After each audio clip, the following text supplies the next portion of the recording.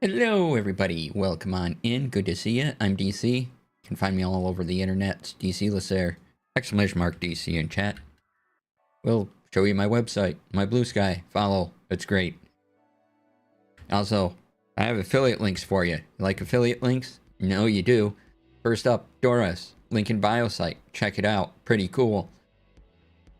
If you like it and you want to use Doris Pro, use the discount code DC Lasair to get 30% off for 3 months. Also, Fantasy Grounds, their VTT, and a reader app. Reader app's now in beta. And if you use that fancy link that's now in chat, when you make a purchase on Fantasy Grounds, some of that goes to me. Yay. Alright. Hope you're all doing good. JD Lady, hello. Welcome on in. Pause the music there. Make sure I got everything going. Okay, do. Hope you're all having a good Friday. Springleaf, hello. Welcome on in.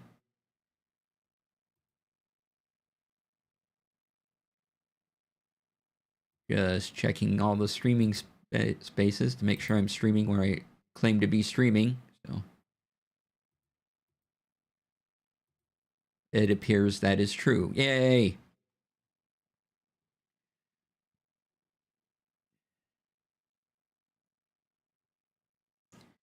Gonna play, I'm going to run, not play, I'm going to run another session of my Shadow Dark game tomorrow, so yay.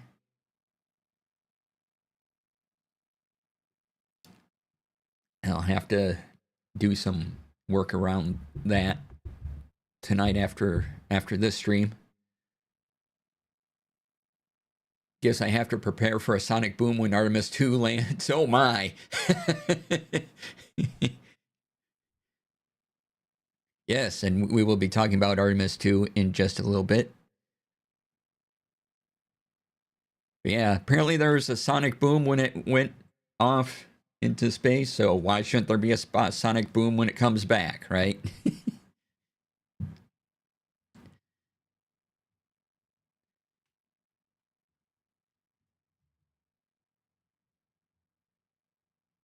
All right. Let me keep hearing it. Let me check something real quick.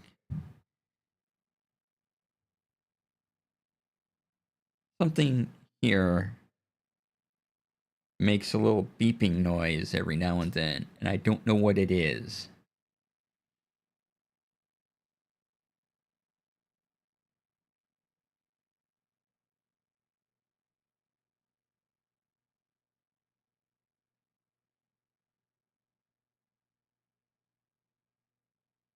Okay, let's get into it.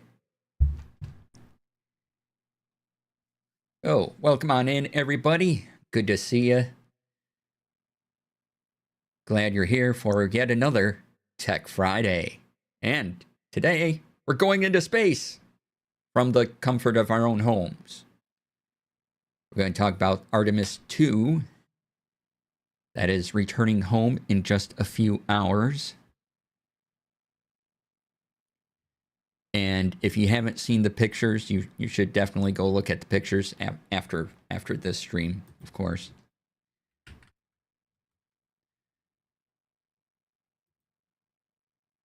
But here is the link, and there are more pictures coming. That'll get you to the pictures. I wanted to go over some of the tech they are using in Artemis 2 and for this particular mission.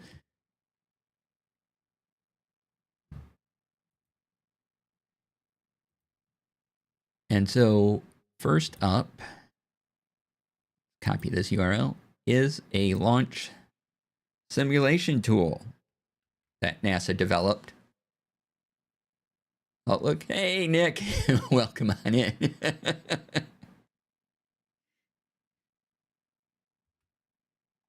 There's a website. Let me see. If I hit the window, does it come? No, of course not, because I didn't hit the button, right? Let me hit the button. That should be the button. There you go. Alrighty. So, oh, I didn't load the other thing so I can zoom in with a button press. Of course. Think I'd remember all this stuff by now.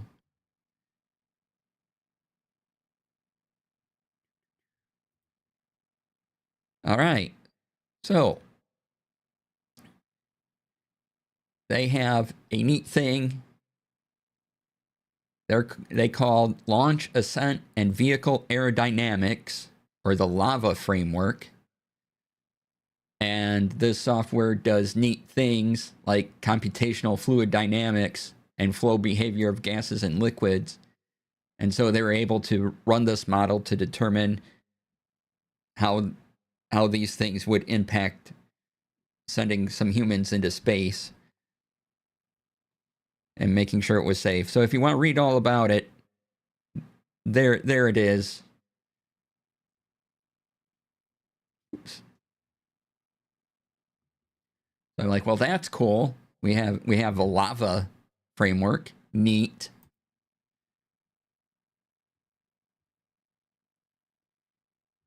And then when Artemis 2 went into space, from ground to space, was something called a near space network was its communication hub. And then when it got to a certain point, it switched over to what they call the deep space network. So we have a near space network and a deep space network. And the deep space network was a bunch of satellites across the world, and then the information all fed back into Houston.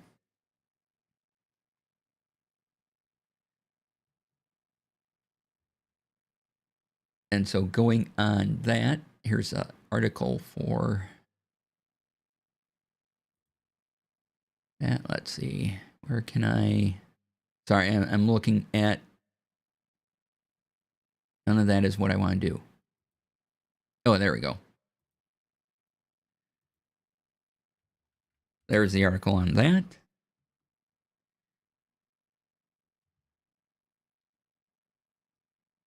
So yeah. And so oversight by NASA's SCAN, Space Communications and Navigations. There's a video on YouTube all about it. And this is how we kept in contact with the astronauts, except for that time period when they went behind the moon, because, you know, signals are hard to pass through the moon as a solid object.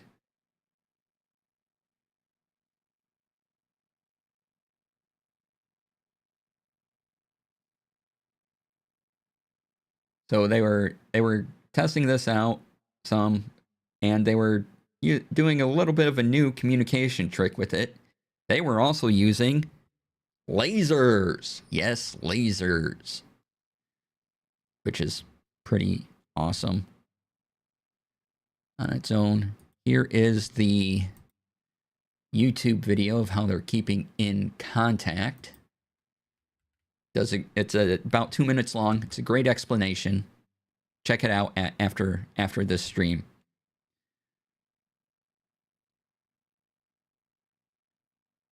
So the laser they have hits a orbiting satellite, and that shoots the signal down onto Earth, and then all that information once again gets collected here. So here is an article from Scientific American on that. Let me, oops. Where did I put that article? There we go. So, here you go. New laser system.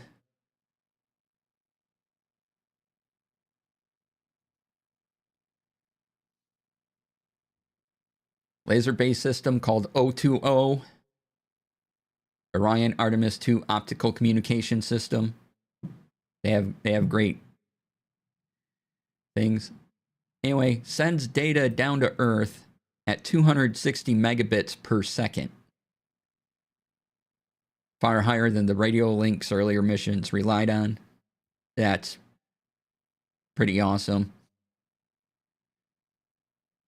And then we have, look, ooh, they did an acronym soup. So they have scan and O2O in one sentence. Excellent.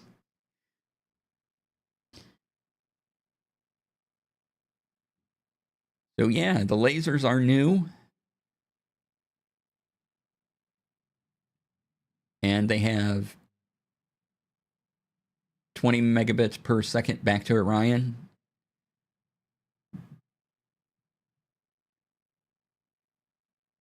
And why the difference? Because a smaller optical receiver on Orion. They just couldn't put a big satellite dish on the shuttle. Sorry.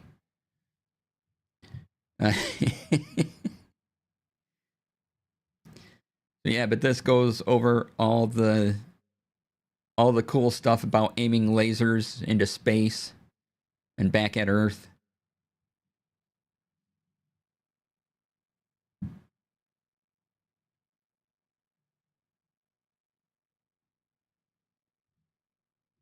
And so I was all like, ooh, lasers, nice. But that article goes into a lot of depth.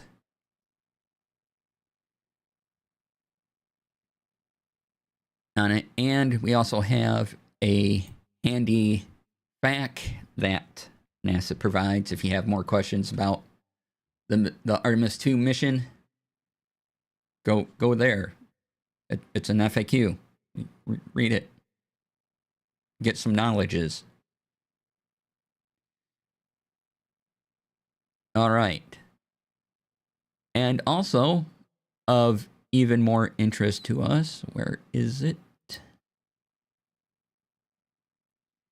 Is that the... Which one is this? Sorry, this is a long URL.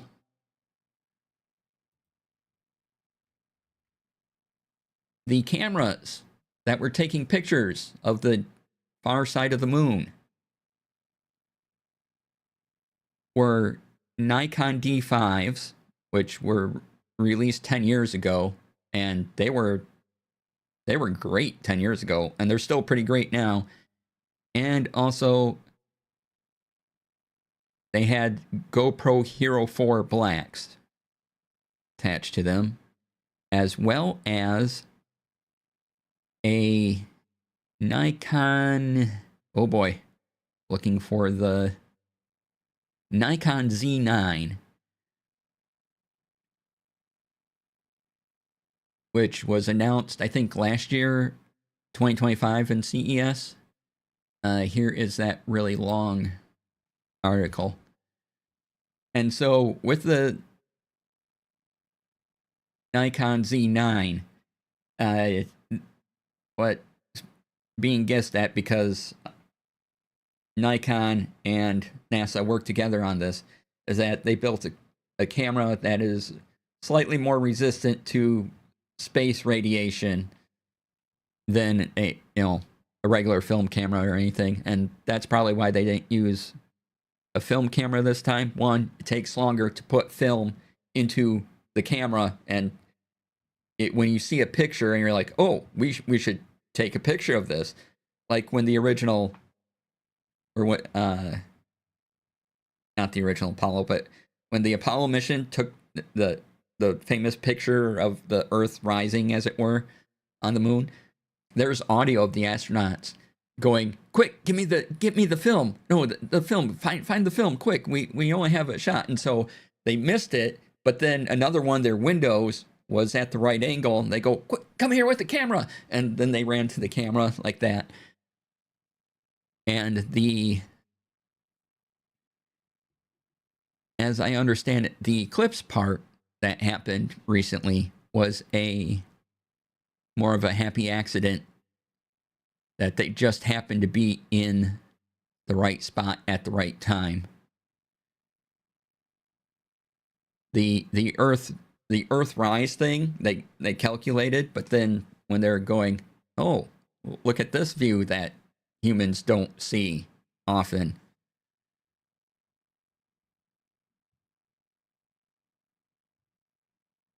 And it's so cool. It was great hearing the astronauts, and some of the pictures are just the joy of the astronauts being in space doing this work and things like that, and just neat shots you don't normally get. You know, some of the shots are out the port windows of Orion, and they're back a little bit so you get to see some of the inside of the capsule as well.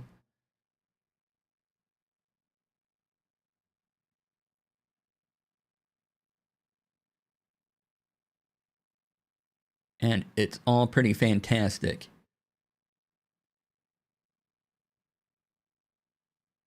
So I'm looking at these pictures, and as something came across my feed on Blue Sky, where since the astronauts are on the far side of the moon, someone said, well, if they're on the far side of the moon, where's the light coming from? And I'm like, and that was the reaction of most people, was face palming.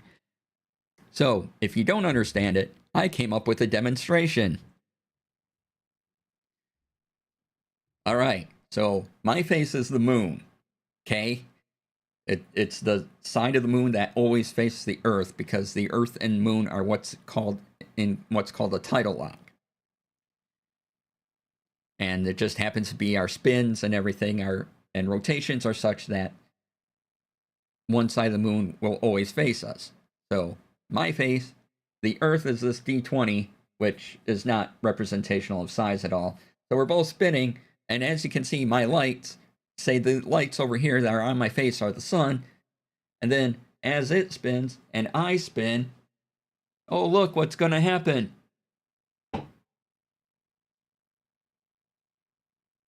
The light hit the back of the chair because we rotated around in front of the sun. Yeah. Also, you know what also is cool? The sunlight can bounce off the Earth onto the moon as well. Yeah. So in case anyone ever wonders why there's so much light in some of these pictures, that's why. Things rotate in space in certain ways.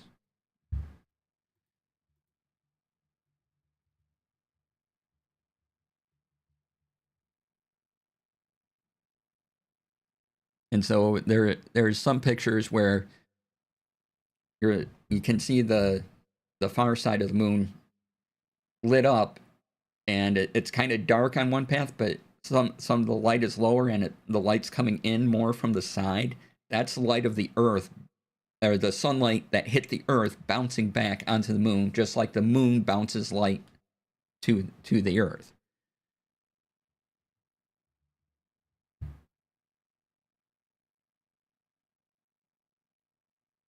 So yeah, and I'll probably be tuning into the live stream later tonight to see what they show us of the splashdown. And you know, the moon is cool, and this whole thing was great and filled me with joy when a lot of the world isn't. And I think it was kind of a moment we all needed. Like, here's the moon. Here are people experiencing this thing that human eyes don't see normally, and we get these very real reactions to what's going on. You know, they're not just reporting facts to us, but they're also saying what they experienced and what it looks like to them. And it was absolutely fantastic. I can't wait till we get more pictures up on NASA's website, because I want to look at all of them. It'd be great.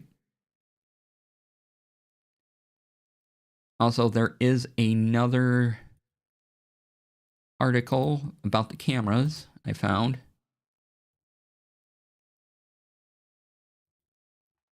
Right here. The headline was a little clickbaity at some points, but okay. Let's see here. That was Because the end where Canon and Sony fail, and they don't really mention that at all. So I'm like, really? You had to put that in? But there is some good information about the Nikon cameras and the GoPros in there. So if you want to check that out, there it is.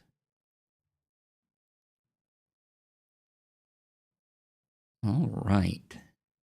So if you want to talk about space and Artemis too, put it in chat. We'll chat about it. And I can tell you all about my limited understanding of space and how things work.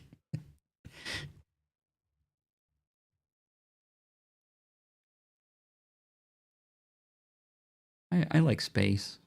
Space is pretty cool. All right. Let me set up a thing real quick.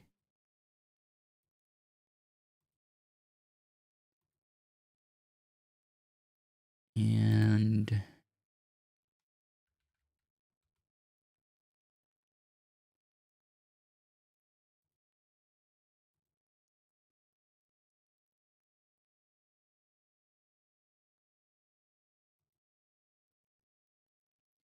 okay, so next up is Google Chrome.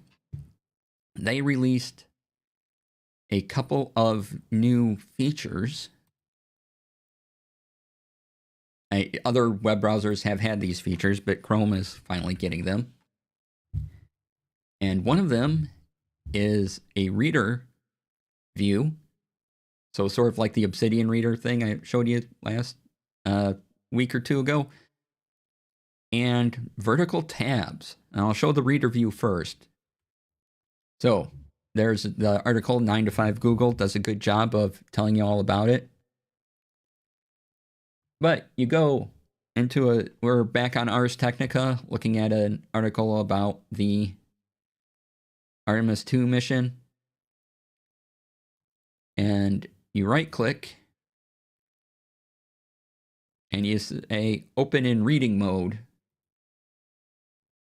And then to the side here, we get this fancy article. Now I have to say, out of the reader views I saw that I was trying out in different web browsers, this is one of the cleanest I've seen. Oh, where'd it go? Oh, I see. I accidentally had my mouse move while I was moving my hand around. But this is one of the cleanest I've seen. It has nice contrast. And yeah, you just right click and the reader view comes up. Now on other web browsers like Firefox or the Zen web browser, which is what I usually use when I'm showing you all Tech Friday links, it's the F9 key. But here you have to right click on the page and select that. And that was quickly available for me. So, and then I can just close, but you can pin it. You can adjust a whole lot of things here. Rather nice. And then when you're done, just hit X. It goes away. Now the other thing is vertical tabs. Now the vertical tab thing did not show up for me right away. I had to find another setting to do it in, but they should be, my understanding is they should be a thing. So here I have two tabs open, the Ars Technica and Engadget tab. I can right click and I can say move tabs to the side. And now they're over here. I can hide this if I want to. And I can just click between the tabs. It goes back and forth. Like that. Now then, if that move tabs to the side option doesn't appear for you, there is a way to let me put my tabs back where they are, or where they should be. There we go. There is a way to activate it thanks to this post on Reddit.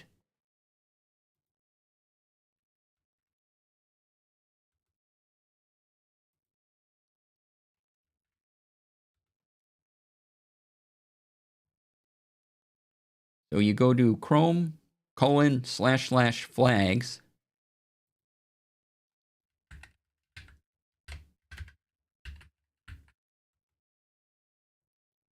And you get this window. And you can search for flags. You see experiments, available, unavailable, all these things. I don't know what these are, but if you want vertical tabs, I had to search for vertical tabs. It may not appear right up top for you. And then you just come over here and decide if you default, if it was an option, you can enable or disable. So I enabled that so I could see how they work. And there's a bunch of others that I'm not going to touch. So just go to the Chrome //flags and you can have vertical tabs in your Chrome browser if they're not in another browser that you use or whatever. But yeah. So Chrome did a couple good things for a change. And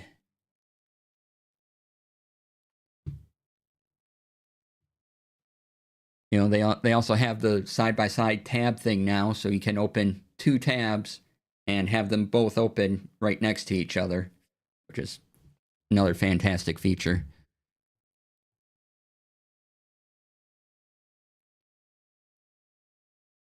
Then I have to find a setting real quick here. There is a Windows 11 camera setting I did not know about that you could do. Let me see if I can find it again. Is it Bluetooth and devices?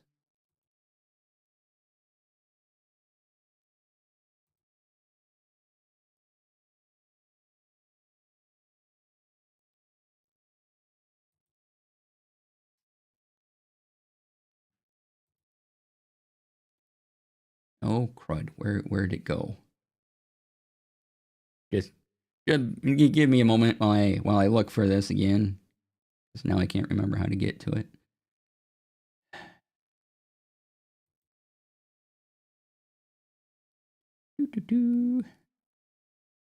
Personalization? No, that's not it.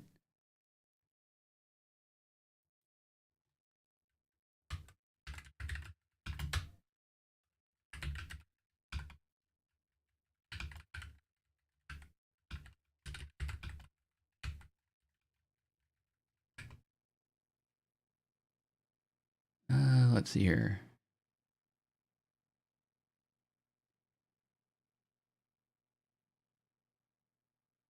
Oh, it should have been there. Okay. Let me look again.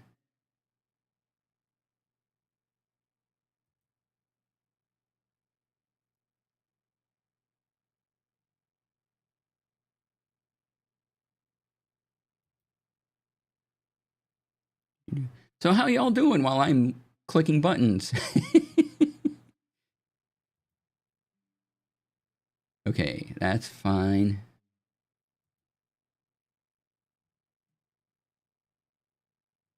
Oh, there it is. Okay, I have it. Let me see if I can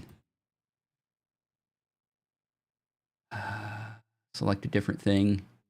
Say the Elgato virtual camera.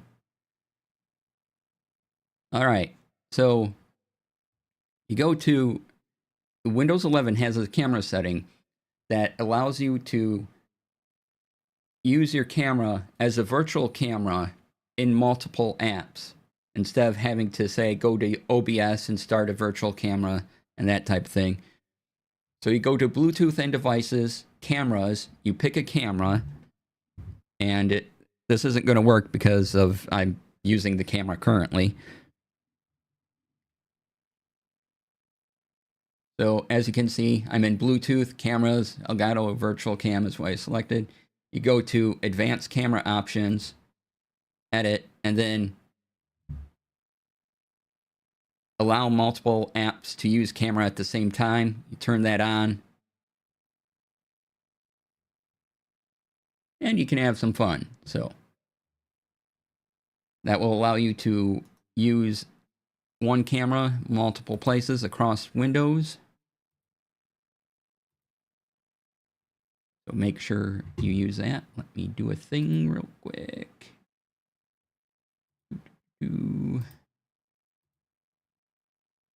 Just need a quick marker there. All right.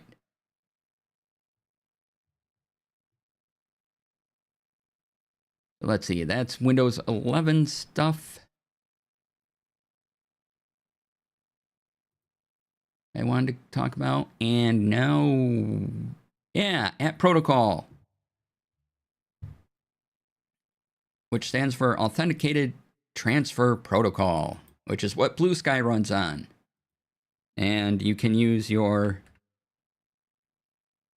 AT Proto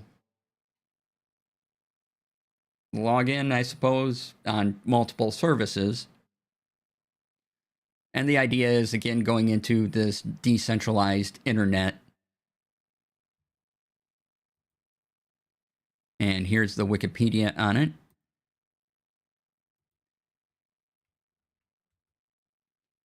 And so what it allows you to do is not only to use one login for multiple places, but also take your data with you and read data from other places in a different place. So it's kind of like cross compatibility, except web-based. And, you know, with the idea of being decentralized, billionaires can come in and just ruin everything.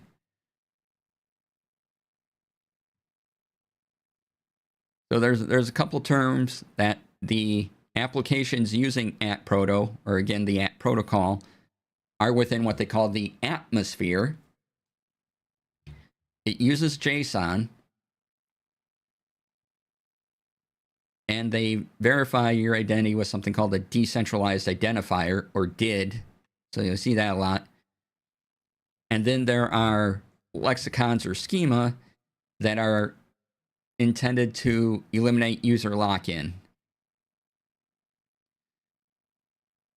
And the one example I know of right now is Standard Site, which is taking 3 kind of micro blogging platforms, Pocket, Leaflet, and Offprint. And because they're all following the Standard Site schema, you can easily take your posts from one to the other, and there's interoperability there that we normally wouldn't have. Also, just today was a long Blue Sky post about what to call your Atmosphere account. Things like that, because they're like, well, it's not really just a Blue Sky account. Blue Sky account is Blue Sky account. This affects all these apps. And I think AT Proto is pretty cool. However, as Brian pointed out the other day, it's going to be down to adoption. How many people pick up these AT Proto sites? And then I'm wondering about security, because we do have the problem of one login for all these sites.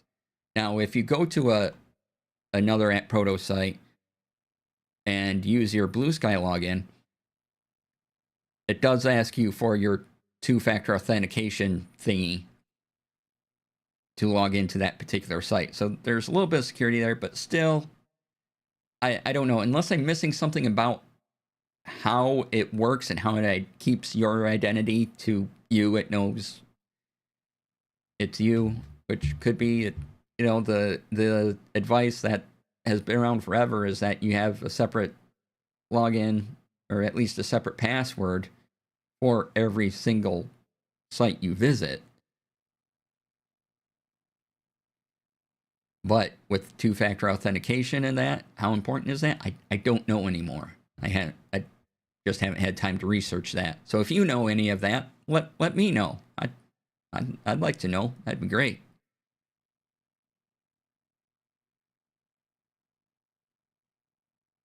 And so I think it's really, really cool to have this decentralized platform and people are starting to do things with it. But it needs more attention. It needs more traction.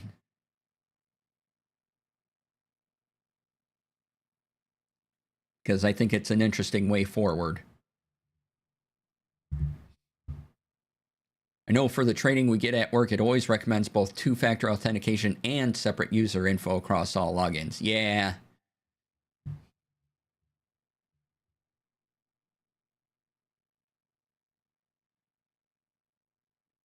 And I haven't really seen these security things mentioned around AT Proto.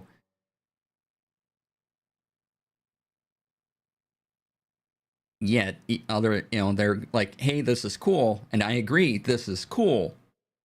And people should definitely be building things around it. And I'm sure over time, as this expands, there'll be the things that survive, right? That we all go to, because there's already photo sharing sites and there's a streaming site you can use. And there's all these services that are attached to your AT Proto account. Even without a security concern, I sure regret using my Facebook account for logging into Spotify, because then wanting to share music with anyone docks me. Oh, yeah. And that, I mean, there's something to be said for going across services and saying, this is me, and this keeps being me. But also, there's the security things that I haven't really heard much about, and I really don't know enough about AT Proto to know if there's something in there, something within the identifier that mitigates some of that somehow.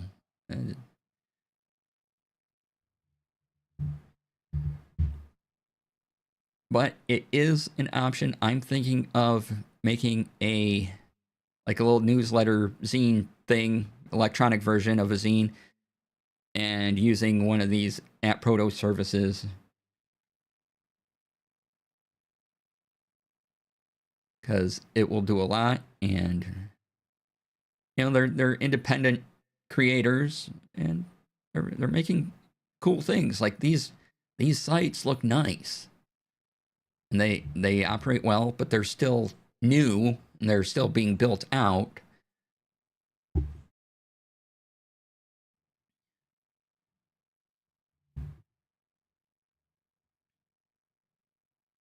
And like I said, cool idea. I'd like to see more people get involved in using it, and some more videos to further my understanding of the technology. It would be fantastic.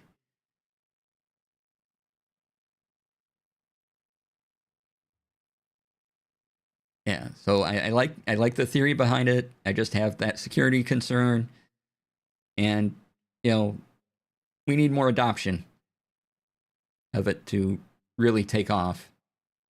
And I hope it does. I hope it stays around for a while. I like a lot what's going on with the communities I'm seeing spring up around it. Things like that. All right. So now we're going to burst into TTRPG news. First thing up will be this neat thing. A couple of weeks ago, I shared a TTRPG resources that avoid AI, that are human created. And so here is another website along the same lines. They have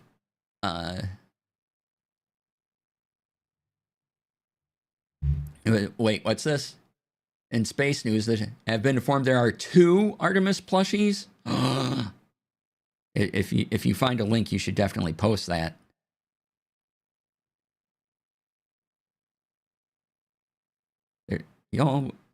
How cool is this? Not only was it a really exciting moon mission. Can try a Discord attachment link. Sure, you're a VIP, so you should be able to link whatever here. Not only was the moon mission cool, but we also have plushies. And that's neat. Okay, that was a picture.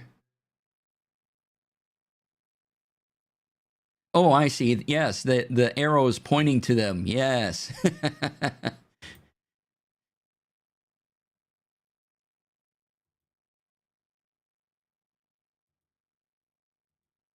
Yeah, so take a look at that picture. There are two red arrows pointing to plushies. Excellent. Love it. Bedtime sleep mask version and wake time without one. Excellent.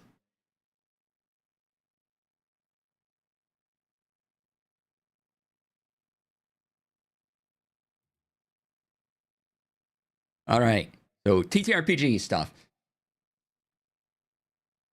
A week or two ago, I shared a website that was a nice list of human created TTRPG resources that you could use. This one is along similar veins, except it's more concentrated on steampunk. So no steampunk AI art.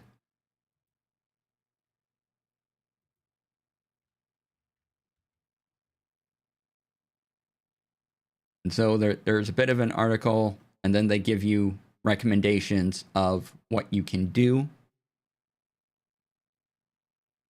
You know, like free media sites, public domain content, public domain artwork for sale, some comic books, depending on the age of the comic books.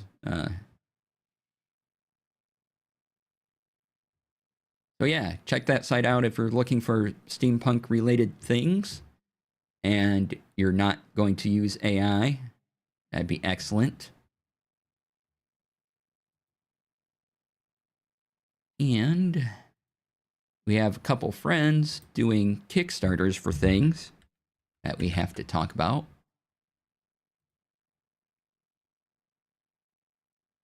So, Broken Door Entertainment, creators of the Paragon's role-playing game, superhero TTRPG, they have a Kickstarter for a starter set. The Paragon's role-playing game is out. You can get it. It's fantastic. But now they're trying to fund a starter set. So if you can help them out, do so. That'd be excellent. There's the Kickstarter link. It looks great. You have it. There's a bunch of bundles. There's even just $1 general support.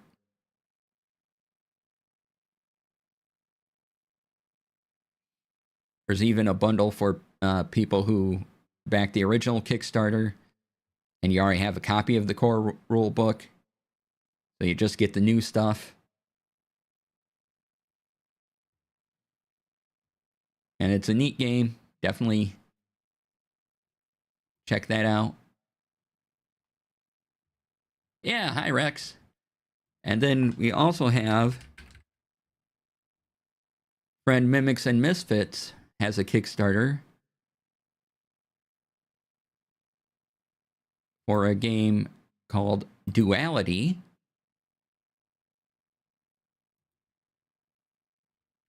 Which sounds pretty cool. Basically, you are heroes that jump between worlds, and that jumping between worlds is part of the game mechanics. As well, there was an excellent interview with Matt from Mimics and Misfits over on Chaotic Wholesome. But here's the Kickstarter link for Duality.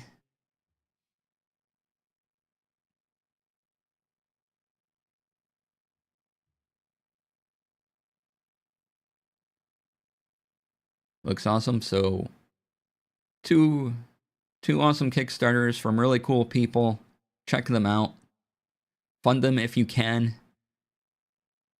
We want to see these things in the world. Can't be the only person who keeps thinking of Slipknot when that Kickstarter is mentioned, right?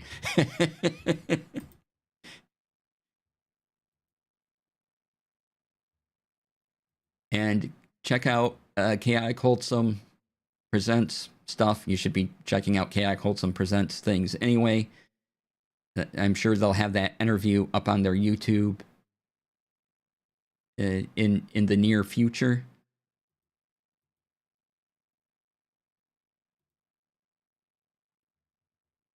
Yeah, check both of those out. That would be excellent. All right, and I think we're going to go into break time. So, thank you all for being here. There is more to come if you're watching live. If you're watching the VOD later on YouTube, that's it for Tech Friday. Come on back next week for another episode of Tech Friday. It'll be great. I'm sure there'll be fantastical stuff to talk about. It's a word. Anyway, do me a favor, like and subscribe. The things are down there usually. So hit the things. See more tech stuff. Yeah. And I'll see you all next week. Thanks for being here. Pause for edit. Pause for edit. Mark the chapter. There we go. All right. Now pledged on both of those. Yay!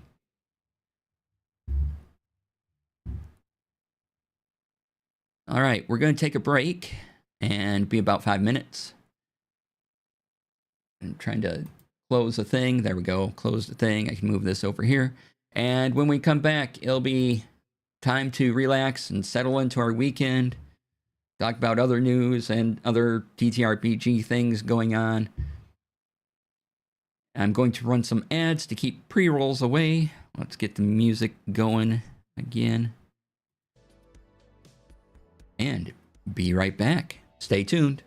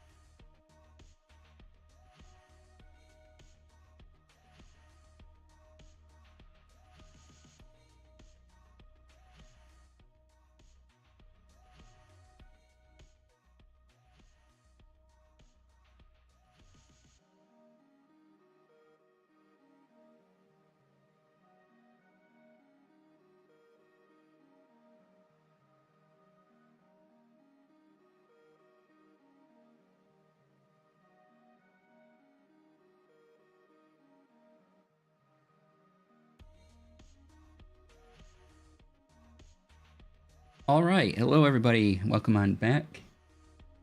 Oh, you know what? I have to go do a thing real quick. So, I will leave you with the chair. And I just thought of something, so be right back.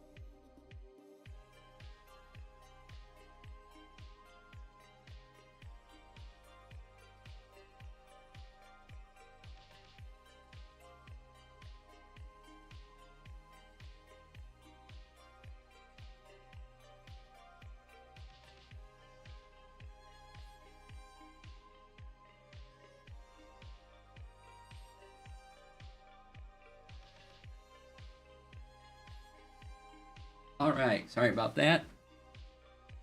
Had a thing come up. Thanks for sticking around. Really appreciate it. Anyway, hope the chair treated you all well. Gonna look at a thing that just came into the mail for me. As I can open it and not cut myself while opening package, that'd be great.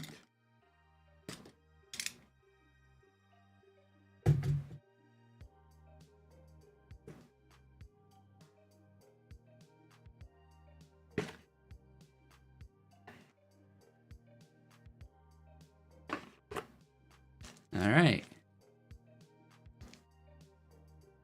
So I have this tiny digital recorder so I can record my game sessions, which I've been doing with my players. One of my players has been using her phone to record, and so that she doesn't have to use her phone, picked up this. No AI, just digital recorder. And then I can transfer the file to my computer because I make the audio of our sessions available to my players through the Obsidian Vault thing, through the thing I talked about before, pairing Screen Garden with Obsidian, and then I just put the audio file in the Obsidian Vault, and then my friends can use Screen Garden and download the audio from the previous session.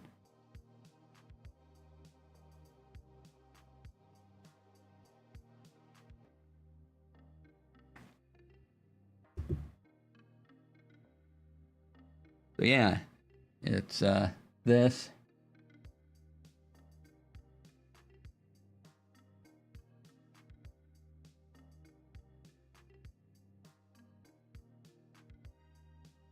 You're looking for it.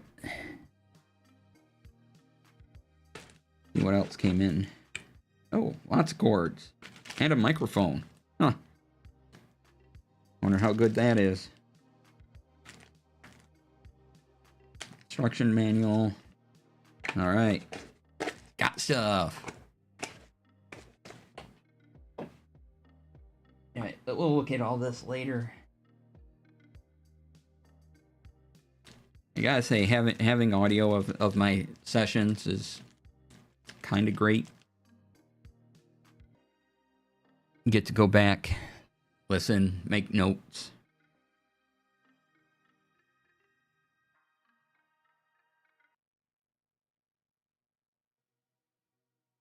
So yeah, this was a nice tiny thing. I mean, look how small this is, right?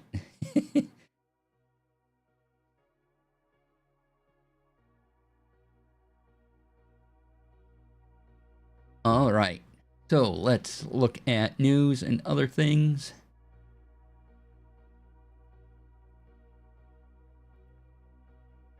Oh, I can expand this out.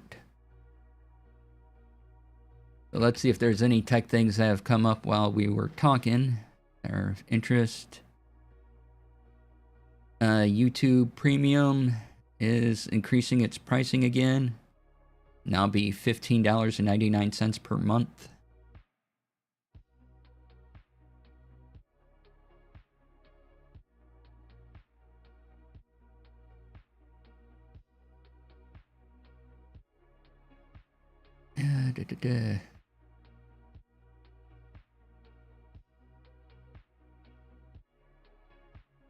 Right after the remind me I could use music for free as part of the cost. I see what they did there, right?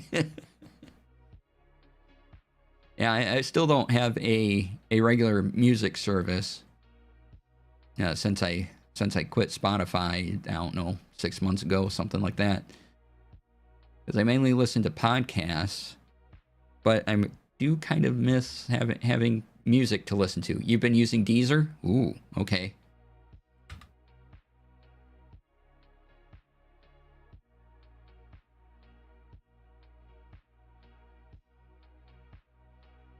Deezer plans. Okay. Pretty comparable price. All right.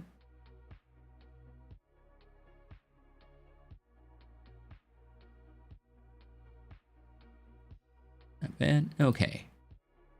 Let's look at some other tech sites real quick. If there's anything you want to talk about, put it in chat. Yeah, the nice thing about YouTube Premium is that I'd get YouTube Music and then well, depending how much I want to pay, no ads while I watch YouTube videos, because I watch a lot of YouTube videos.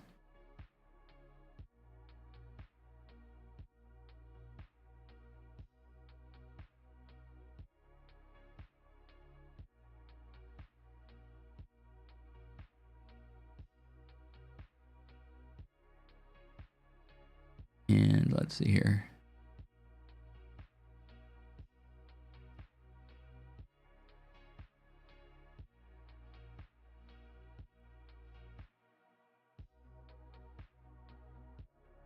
So, here's some Artemis 2 stuff about the landing tonight.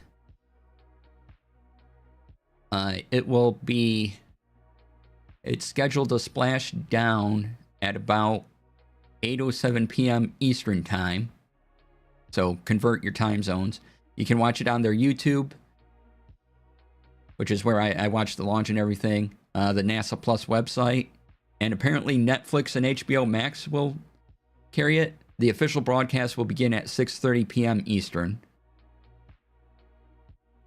And here's the Engadget article covering all of that.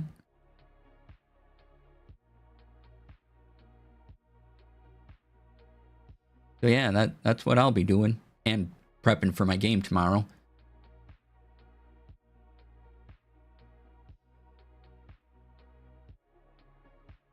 Twitch channel gives this cool badge, shows off mine. Yeah.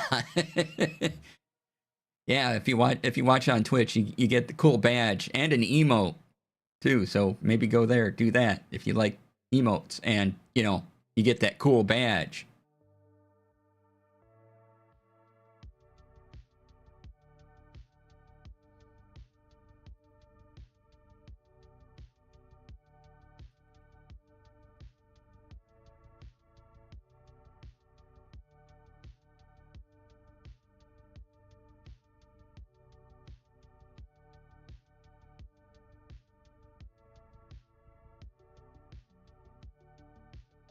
Ooh.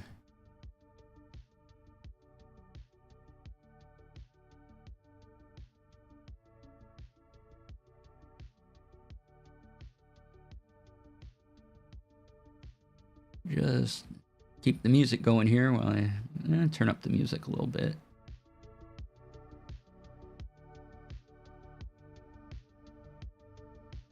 See anything new of interest?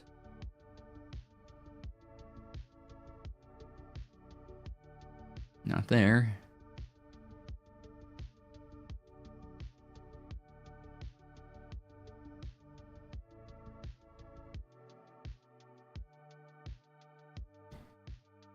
Oh, and France to ditch Windows for Linux to reduce reliance on US tech. This on TechCrunch.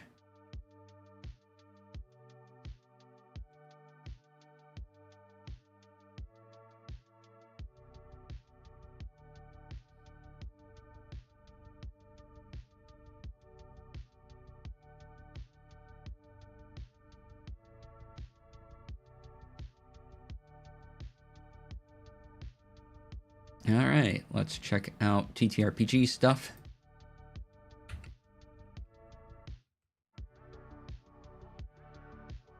Load up the usual suspects.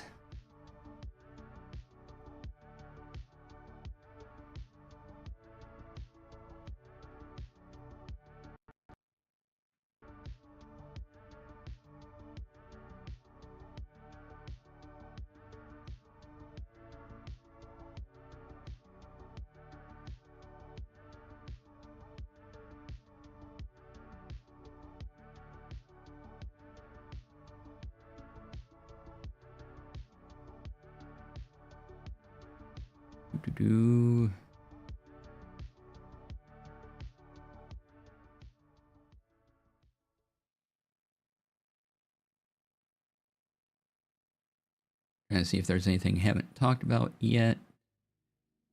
Let's see here. The announced Guide to Greyhawk coming up.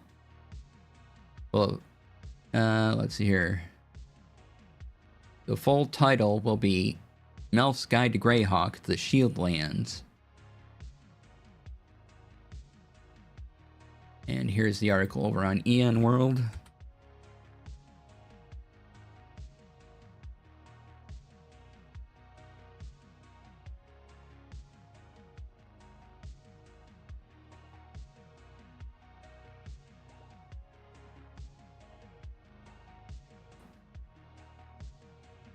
Ooh.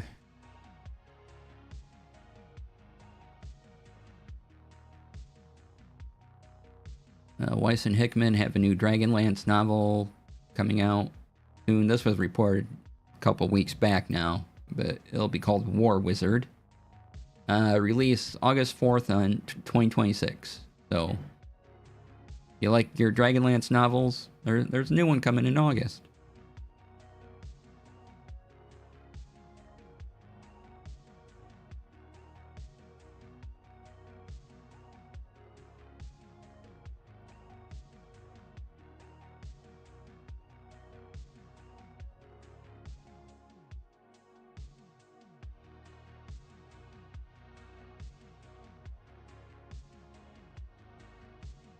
Been Dragonlance characters added in Idle Champions too? Ooh, nice.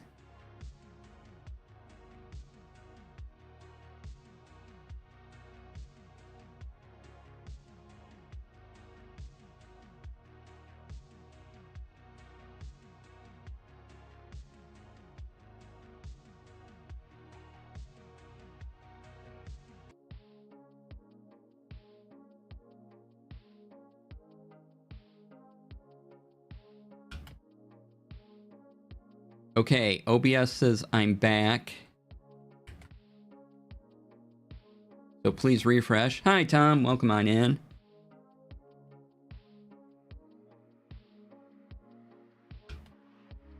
Refresh. OBS just decided to disconnect. For no real reason, other than it could.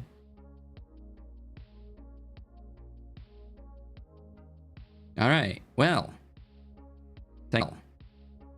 Thanks for sticking around through that. That was weird. I have no idea why any of that happened.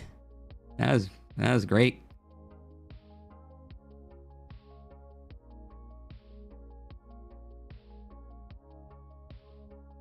Alright.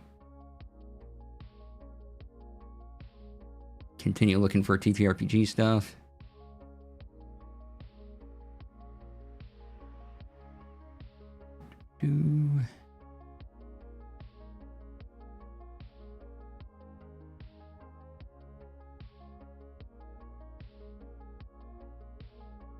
Okay.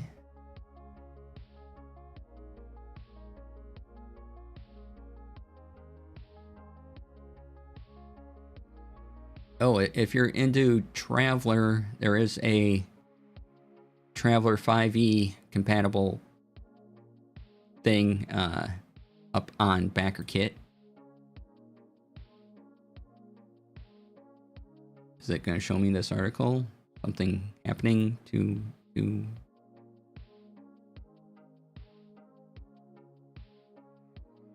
website's being weird. Don't like it. Going on. All right, well.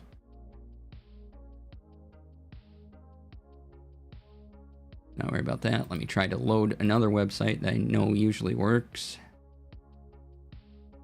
Okay, website working. There's just a weird thing with that website, probably.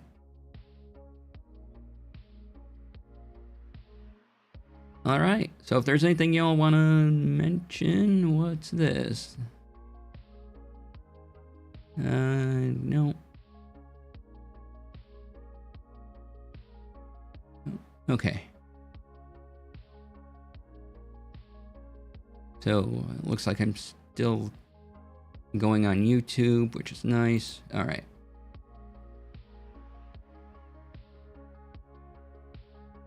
So if there's anything you want to talk about, we talked about Windows 11 camera, we talked about AT Proto, no AI art, steampunk resources, Chrome having a reader mode and vertical tabs, and Artemis 2 technology. So if you want to talk about any of that, put it in chat. We can do the things.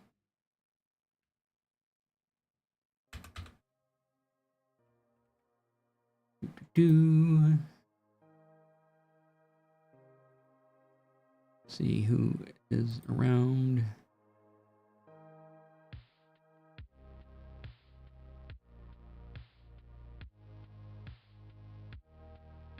All right, so my weekend plans, other than tomorrow watching or running my next Shadow Dark session, is to watch some bad movies. And then next week, Saturday, is Record Store Day, which my friend and I have been making days out of. We go to multiple record stores and look at all the record stores' days, because not every... It's April 18th, so depending when you're watching this, but it's April 18th. So what happens is there's these exclusive records that get made available for Record Store Day. And not every record store gets all the Record Store Day records. So if you travel around to multiple, you're more likely to get what you're looking for. But if you go to recordstoreday.com, you can see all the releases coming up. And even if we don't get anything, we have a good time going around to different record stores. We'll even travel outside the city and take a look.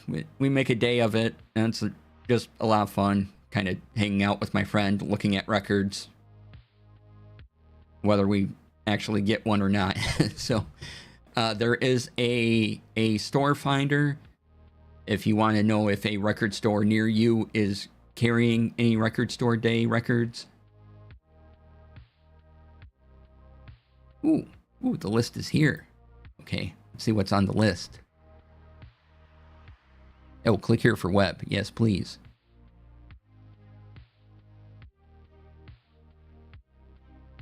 So what's nice is they give you a whole list, and they have limited quantities. Like, you know, the first one comes up is "We Are Not Live" by a band called 13th Floor Elevators, and there's going to be 2,000 of these records available. So they're limited quantities. They're only going to be at certain record stores, maybe not all. And if that record store has some, they may have like 4 or 5, or maybe only 3.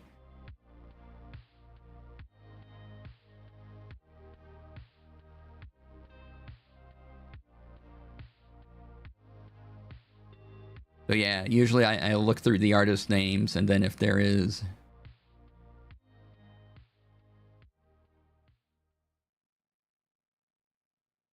some that interest me, I write them down.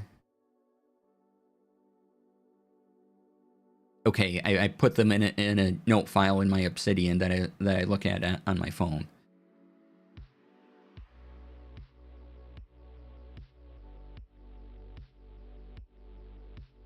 So, oh, I apologies. I forgot that reset the ads. Anyway, if you want to see the list is there.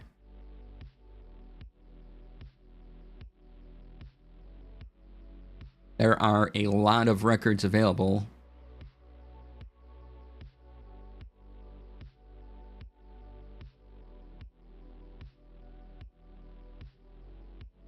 Okay, the 3. Sorry about that. I forgot that when we lost connection, the ad break thing just decides to ignore what was previously said and start over. But that's the record store day list there. You want to see the records that are available and what quantities they're available in.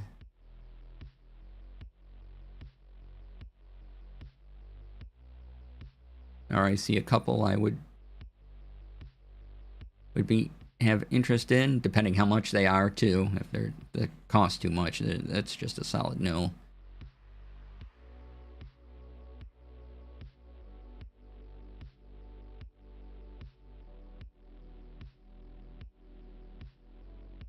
Because some of these can get real expensive real fast, so.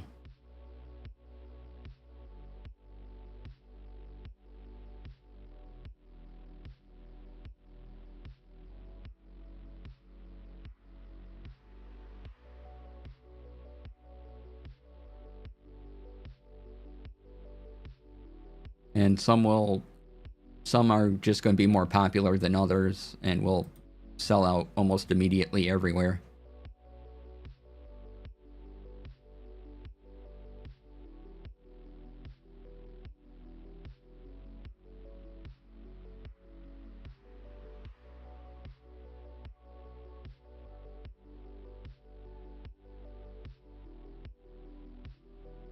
Luckily, my musical tastes are a little different than the popular stuff, so I might be able to find something. I don't actually count on getting anything, and if I do, great. If not, that's fine too.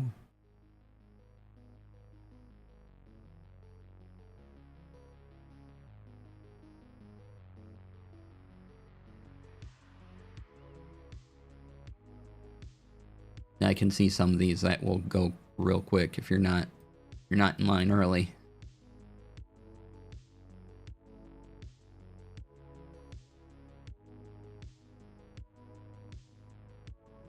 Oh wow, there's 1, 2, 3, 4, 5, and they're different size records too. So, the list there has what format they're in. So make sure you have a record player that can play the size.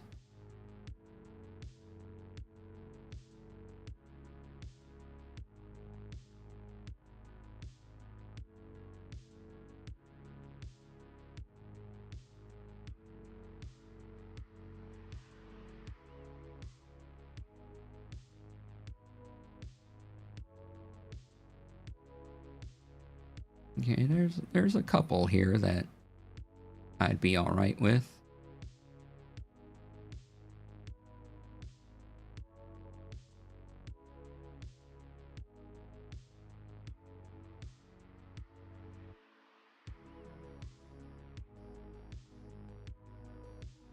And sometimes these are exclusive to Record Store Day, or they might be Record Store Day first, where they'll be available sometime in the future, but you can get them now as a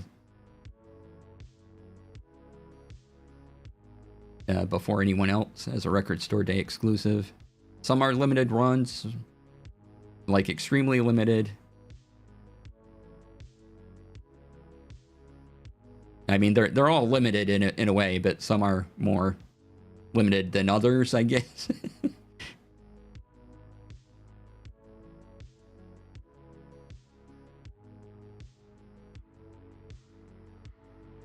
So yeah, you're into vinyl. There's vinyl to get next week.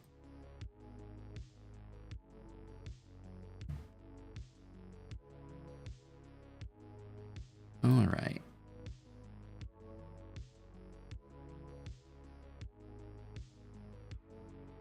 So I'm looking forward to my game tomorrow. Watching some bad movies on Riff Tracks. Should be a good time.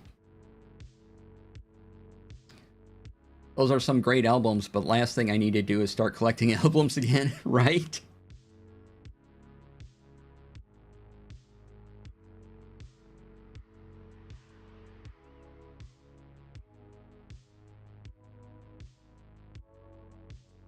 There is a... Oh, let me look at something real quick.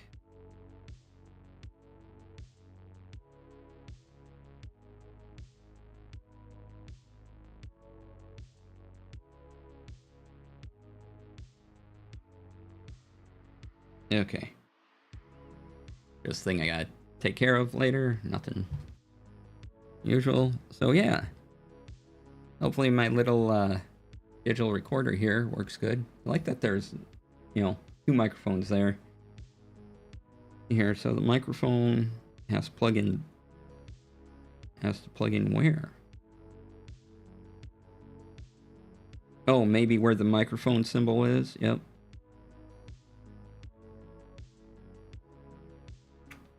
It does come with its own SD card, which is fantastic. Now if I can get it back in, that would be even better.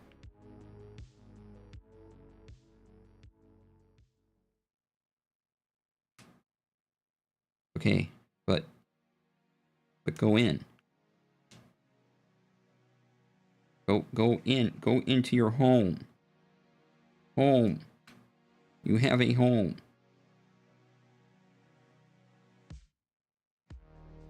Please go back in. Not going back in, y'all.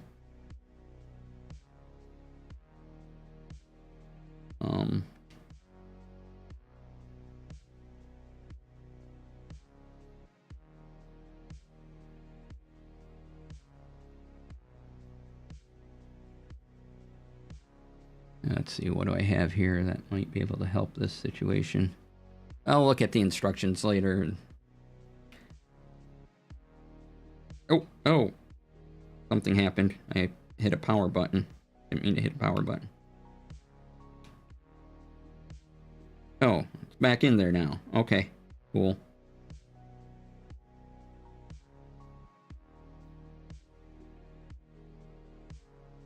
I don't know how that happened. That just happened. Okay, it's not falling out, so yay.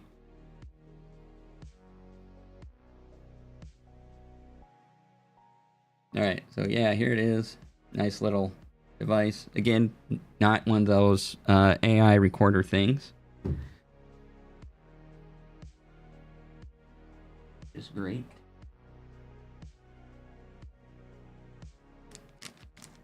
Came with this microphone. I can't imagine this is a great quality mic, but nonetheless, I have one. Oh, the windscreen's separate. Okay. At least they give you a windscreen for it.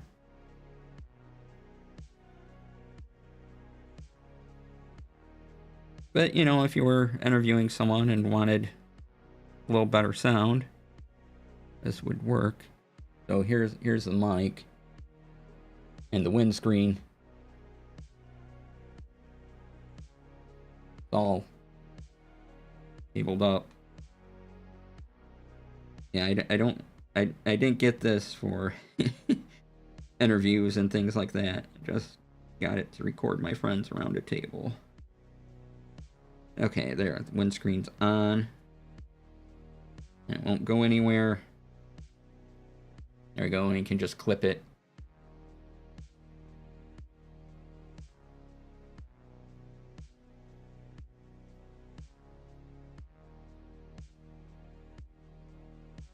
Then we have this cord and our USB cord for charging data transfer.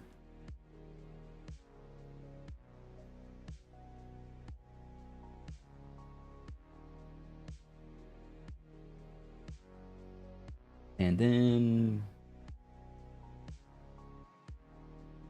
oh, everything's over there. Okay, let's keep everything over there.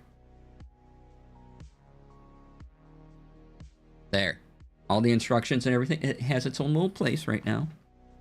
Now I just got probably once I figure out how to work this, I'll just put it in my bag I take to DM. So it's with me.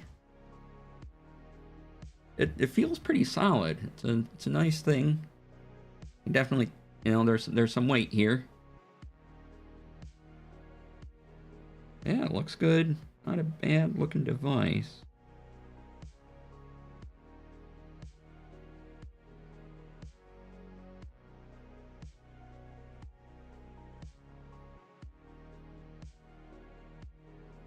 Oh, headphone jack, I see. I see. Okay. Headphone jack on one side, microphone input on the other.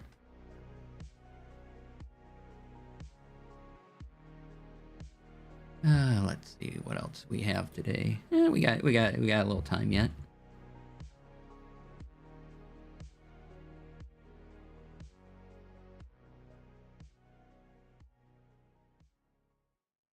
So, see if there's any community plugins for Obsidian that have come up recently. Do I have recently released?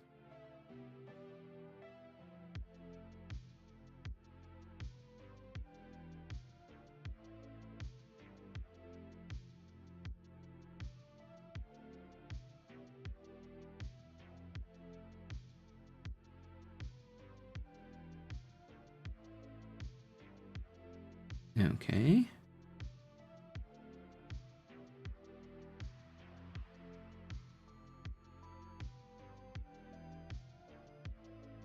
All right, nothing in plugin world caught my eye right away, but I don't know all the Obsidian plugins that have come out in the past week or few weeks.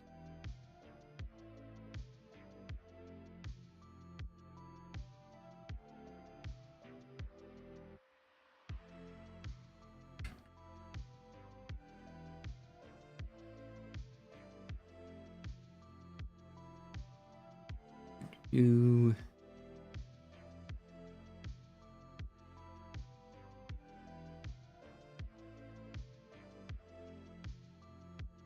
Oh, what was this? Sorry, I might have something I want to talk about.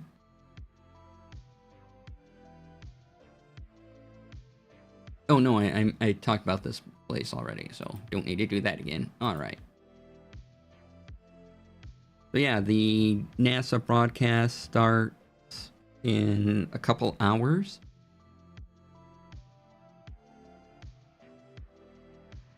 Go on, check it out.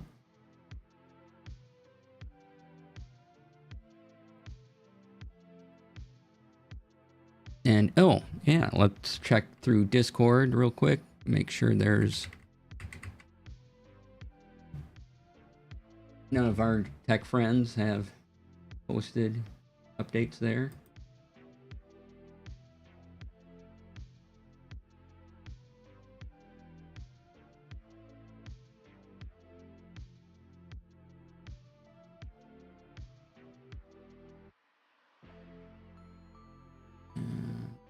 update. Another update. All right. Let's see. Where is tech stuff?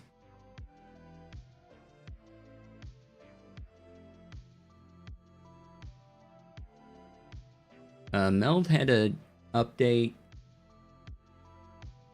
Let's see here. Yeah, that would have been a couple days ago. There was something you could apply for early access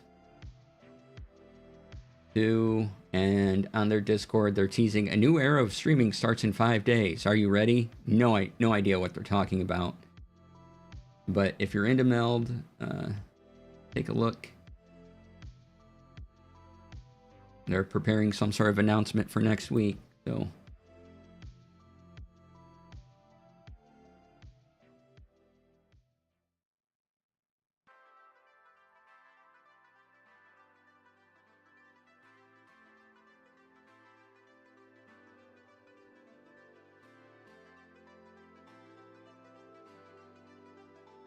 Okay, not seeing much to talk about as far as streaming, our regular set of streaming tools. There might be streaming tools that have news, but nothing I normally look at anyway. All right.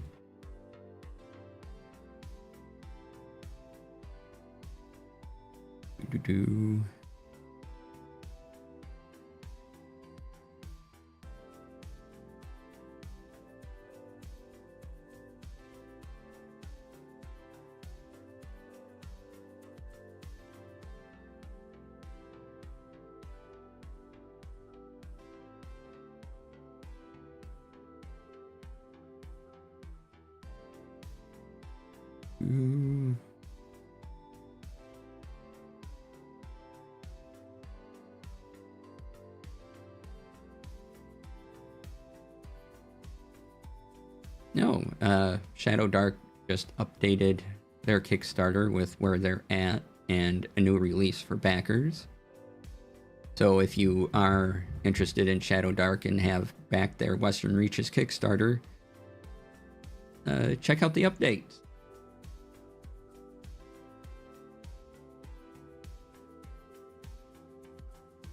All right, let's see if anyone on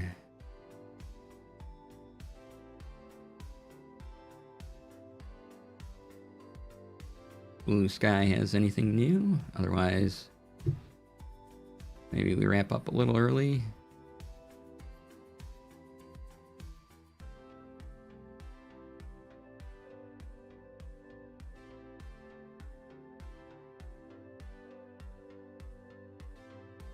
Wait, what's this doing? Sorry, I need to watch this a second.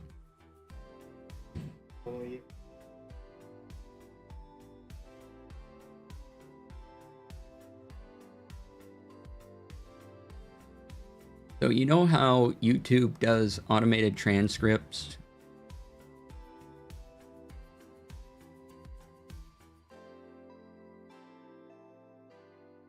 Well, now Obsidian Reader, which we've talked about before, can make the transcript interactive, so you can scrub, highlight, and auto scroll through the video. So here is Capano, the CEO of Obsidian.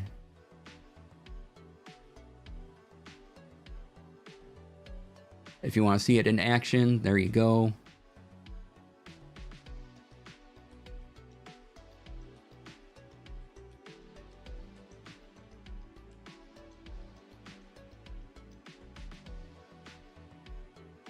What else we got here?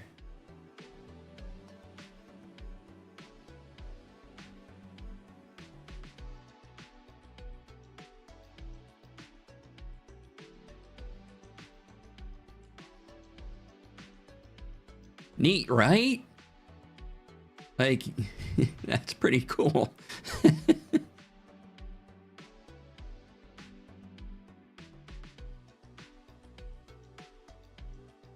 I should have mentioned earlier that even though the Chrome has a reader thing now and other other web browsers have readers. I'm still going to use the Obsidian reader because then I can just port it, the note, right into Obsidian where I'll actually use it.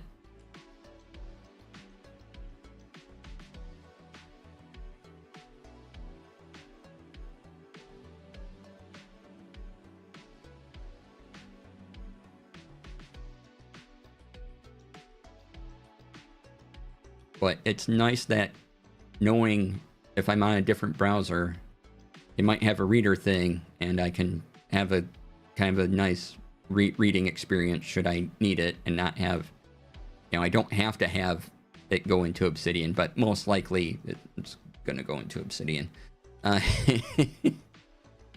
But just to be able to have that experience, and now that Chrome has it, that's lovely.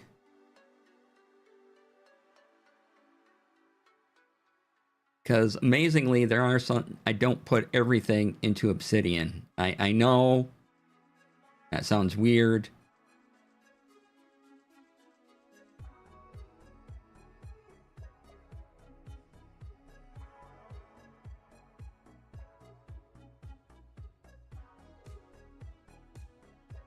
I'm just scrolling through Blue Sky to see if there's anything to catch my eye.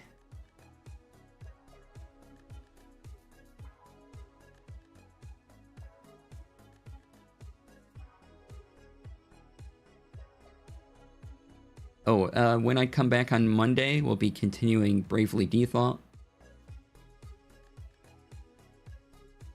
through Space Marine Librarian Helmet Voice Modulator. That sounds like hearsay.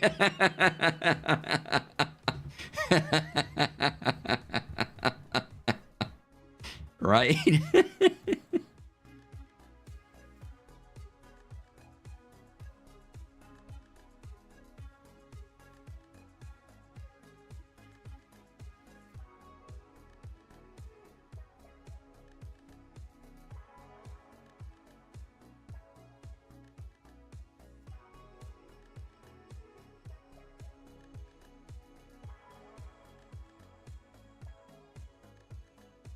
Oh yeah, I also have to change the map. So I may have mentioned this in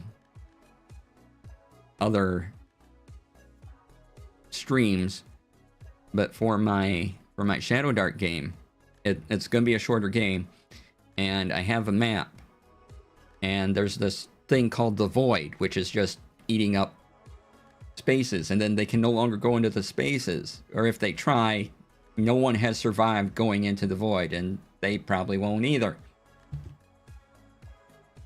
So what I do is I lay out the map on my floor. I take 4d6. I roll them across the map. Whatever of those 4d6, if any of the d6s land on 4 or higher, that hex on the map, because it's a hex map, is consumed by the Void, and they can no longer travel there.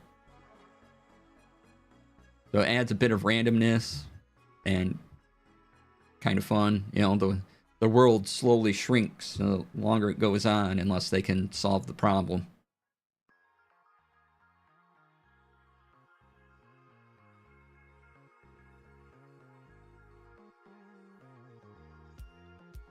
I also had the idea that if they don't do certain things, I increase the size of the die that I roll across the map. And then it's still 4 and above, but then I have, you know, more to try to get it.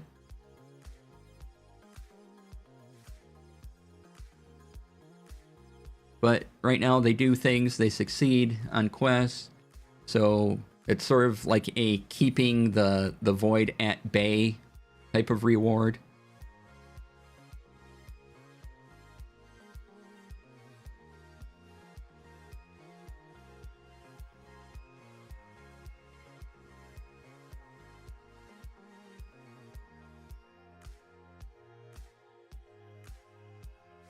Oh, if you are interested in the latest Unearthed Arcana from D&D, the Villainous options, the survey is open to it.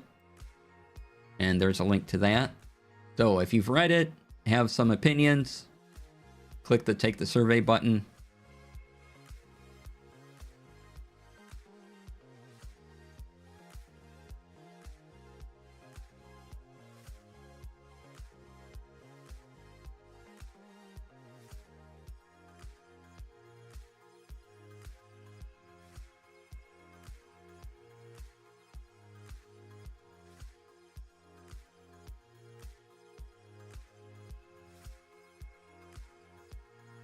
And yeah, if you want to talk more about space, by all means, we can talk about space. The space is cool. And can we just now pretend that we have friends that are off the planet and that they're doing cool stuff and that they don't have to be here to thrive and live and everything? That'd be fun.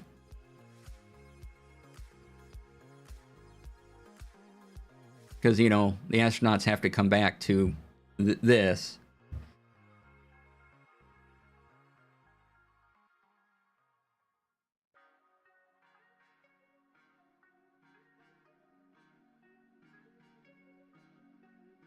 Yes, I am here for that. Excellent.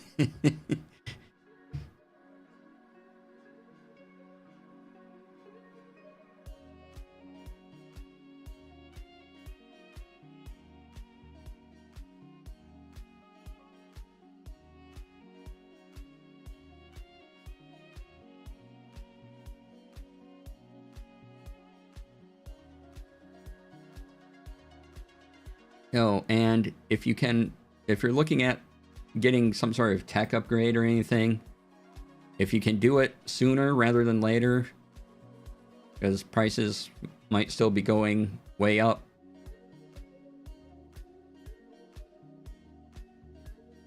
So by all means,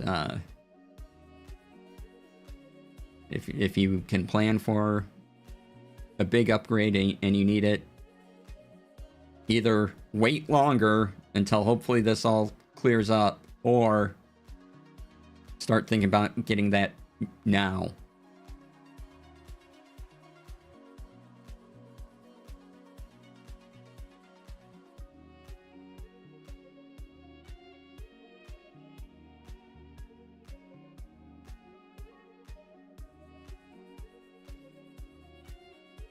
And hey, Broken Door Entertainment's Kickstarter, they're closing in on 50% funded. Yay! That's awesome.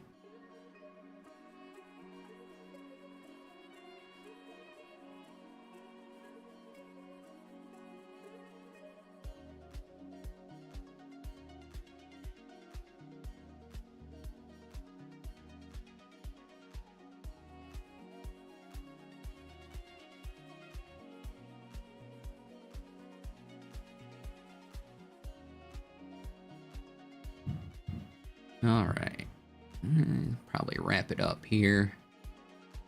See if anybody is on to send a raid to. Thanks for being here, y'all, and appreciate when you come by and chill out with me for the second half of Tech Friday. Pretty great. Let's see who we can raid over to. Then I'm gonna go have some dinner. Don't know what yet. Who is on? We can send a raid over to, I think we'll raid into Selena. Yeah. All right. So I will see you on Monday with more Bravely Default. And thanks again for being here. Really appreciate it. If I can spell correctly. Okay. So thank you all for being here. Please be kind to yourselves. Be kind to others. Have a great weekend. Spread joy where you can. Watch the astronauts later today. It'll be great. And I'll see you all Monday. Stay tuned for the raid. Bye.